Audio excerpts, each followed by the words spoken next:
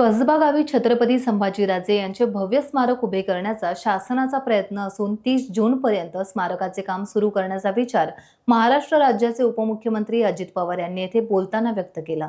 त्यांनी कर्णेश्वर मंदिर आणि छत्रपती संभाजीराजे स्मारकाची पाहणी देखील केली। नियोजित स्मारकाच्या स्वरूपाचा आढावा घेतला। तसेच छत्रपती संभाजीराजे यांचे भव्य स्मारक उभारताना येथील त्रुटीत सुधारणा करण्याच्या सूचना पवारांनी यंत्रणेला दिल्या। मंदिरापासून नदीपर्यंत 5 एकर जागेत स्मारक उभे करताना येथून थेट महामार्गाला जोडणारा 1 किलोमीटरचा रस्ता तयार करण्यात येणार आहे।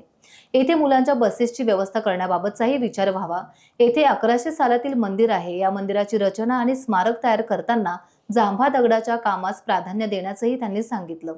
छत्रपती संभाजी महाराज स्मारक आणि कसबा परिसर विकास संबंधी आढावा बैठकीला रत्नागिरी जिल्ह्याचे पालकमंत्री उदय सामंत, मंत्री आदिती तटकरे, आमदार शेखर निकम, आमदार भास्कर जाधव, माजी आमदार सुभाष बने, ज्येष्ठ शिवसैनिक राजेंद्र महाडिक यांच्यासह प्रमुख मान्यवरांची उपस्थिती होती।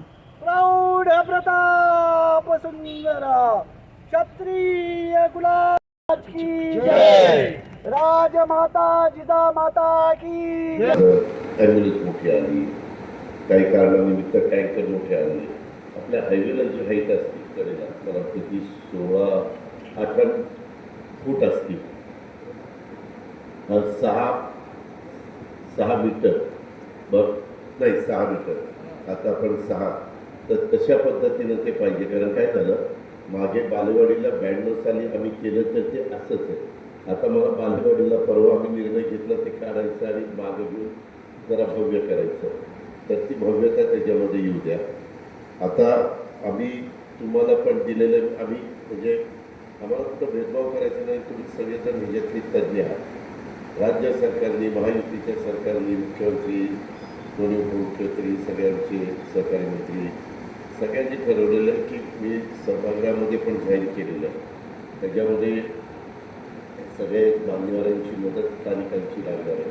आम्हाला कुणाला स्थानिकांच्या भावना दुखवायच्या नाही आणि साधारण इथं आल्यानंतर ट्रिप येतील, मुलांच्या मुलींच्या बसेस राहतील, लाईट मोटर व्हेकल कार राहतील।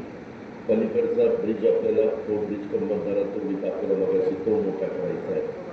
1 किलोमीटर काहीतरी इथून रस्ता केला तर तो डायरेक्ट हायवेला जातो, असं काही मान्यवरांचं इथलं म्हणणं आहे।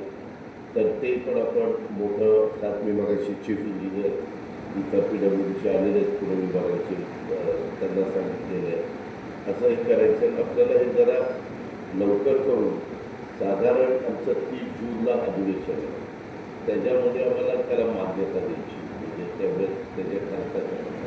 आत्ता तात्पुरतं लगेचच कपोतेला सोमवारीच इरिगेशन तेवढं, सोमवारीच तुम्ही गाडी आणून बोर सुरू करा, त्याचा कसा खालचा डाटा आहे ते बघायला।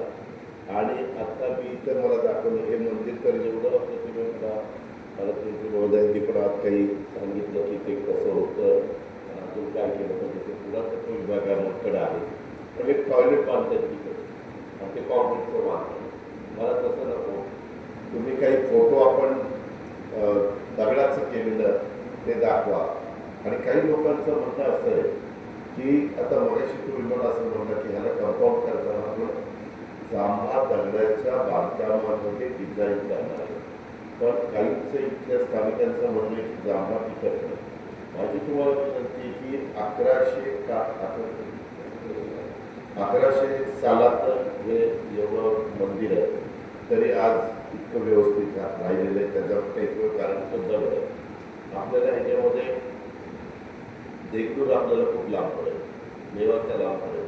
आपण डोका किंवा काही आपण काही दगडात घेऊ, काही जांभ्या घेऊ, आणि जो जांभा आमच्या कोकणामध्ये टिकाऊ जांभा वर्षानुवर्ष त्याचं काही म्हणजे बघतात, चेकिंग होतं याची किती कॅपॅसिटी आहे, तशा पद्धतीनं आपण ते चेक करा। आमच्याकडे आता दिवस कमी आहेत, इथे बहुतेक मान्यवर स्थानिक सगळेच जण सहकार्य करण्याच्या मनस्थितीमध्ये आहे। आणि खालचा जो घाट आहे तो घाट किंवा तिकडं इथून त्या मंदिरापासून आपण नदीच्या कडेकडेनी त्या आपल्या 5 एकराच्या जागेपर्यंत गेलं पाहिजे। तो पण आता नदी सुशोभीकरणाचे बरेच कार्यक्रम आपण महाराष्ट्रामध्ये हातामध्ये घेतले, काही कार्यक्रम पूर्णपणे केले. अहमदाबाद आता परिवर्तन तर कशा पद्धतीनं ते करून म्हणजे तिकडं पण भाविक दर्शनाच्या करता येतील असं निवड बदल ते तिकडं जातील. तिकडं पण ज्या काही गोष्टी आहेत तिथली जास्तीत जास्त मंदिरं पूर्वीच्या काळाची ती साधारण आता ह्याच्यावरून तुम्हाला लक्षात आलं असेल की काय त्या काळातलं स्ट्रक्चर आहे. आणि दादांचे आम्ही सर्वच जण अतिशय ऋणी आहोत की आपण एकदा लक्ष घातलं की राष्ट्रीय पातळीचं स्वर्गीय संभाजीराजांचं स्मारक होणार याची आम्हाला खात्री आहे. पालकमंत्री महोदयांच्या माध्यमातून वेगवेगळ्या योजना देखील आम्ही इथं करतो. सुरुवातीला 5 कोटीचा निधी आदितीताईंनी पण त्यावेळी पर्यटन मंत्री असताना आपल्याला दिला.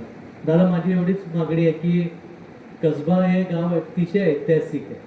इथं अनेक पौराणिक मंदिर आहेत. तर हे सगळं स्मारक करताना आपण या सगळ्या गोष्टीचा विचार करत असताना शास्त्री पूल ते वरचा गड प्रचितगड हा सगळा ऐतिहासिक वारसा असलेला लागला. म्हणजे शृंगारपूरला छत्रपती संभाजीराजांची सासरवाडी तिथं होती, शिर्क्यांचा वाडा तिथं होता. आता वाड्याचे दगड खाली आहेत. त्याचबरोबर मध्ये घोरपड्यांचं स्मारक आहे, तिथेही हजारो लोक त्यांच्या जयंतीच्या दिवशी येतात. मध्ये अहिल्याबाई होळकरांचं पण एक मंदिर आहे. म्हणजे हा सगळा कॅरिडॉर आपण असा एकत्रित थोडा घेतला तर इथं येणारा पर्यटक शेवटच्या सह्याद्रीच्या पायथ्यापर्यंत जाणार आहे. आणि अजून एक आग्रहाची मागणी आहे, त्याच्यासाठी 5 कोटी रुपये आम्हाला ह्याच्यासाठी मिळालेत की सर्वेक्षणसाठी. ते म्हणजे आमचा नायरी घाट फोडायचा. नायरी घाट फोडला की डायरेक्ट आपण कोल्हापूरला पश्चिम महाराष्ट्राला जोडले जातो. म्हणजे हे एकमेकात एकमेक झालं तर हा परिसर पर्यटनाने अतिशय सुंदर पद्धतीने नटून जाईल. कारण कोकणात जर विचार केला तर पर्यटन आणि जलसंधारण ही 2 कामं जर चांगली झाली तर आमचा विकास चांगल्या पद्धतीने होईल. आणि मला निश्चित खात्री आहे की दादाने जेव्हा मनावर घेतलंय तेव्हा या राज्याचे मुख्यमंत्री आदरणीय फडणवीस साहेब, उपमुख्यमंत्री एकनाथजी शिंदे साहेब आणि आमचे सगळे कोकणातले मंत्री आणि सगळेच लोकप्रतिनिधी सोबत असून एकी हातात हात घात घालू जसं भास्करराव तिथं आहेत त्यांची सगळ्या प्रकल्पाला सुरुवातीपासून मदत आहे. तिथं सुभाष बने साहेब आहेत, रवींद्र माने साहेब देखील सपोर्टिंग आहेत. राजू माळकांचं तर एक गावच आहे. त्यामुळे आम्ही सगळे एकजिन्सीपणे कुठेही अडचण येणार नाही. सर्व धर्म सहभावाने एकत्रितपणे या सगळ्या प्रकल्पाला मदतच करणार आहोत.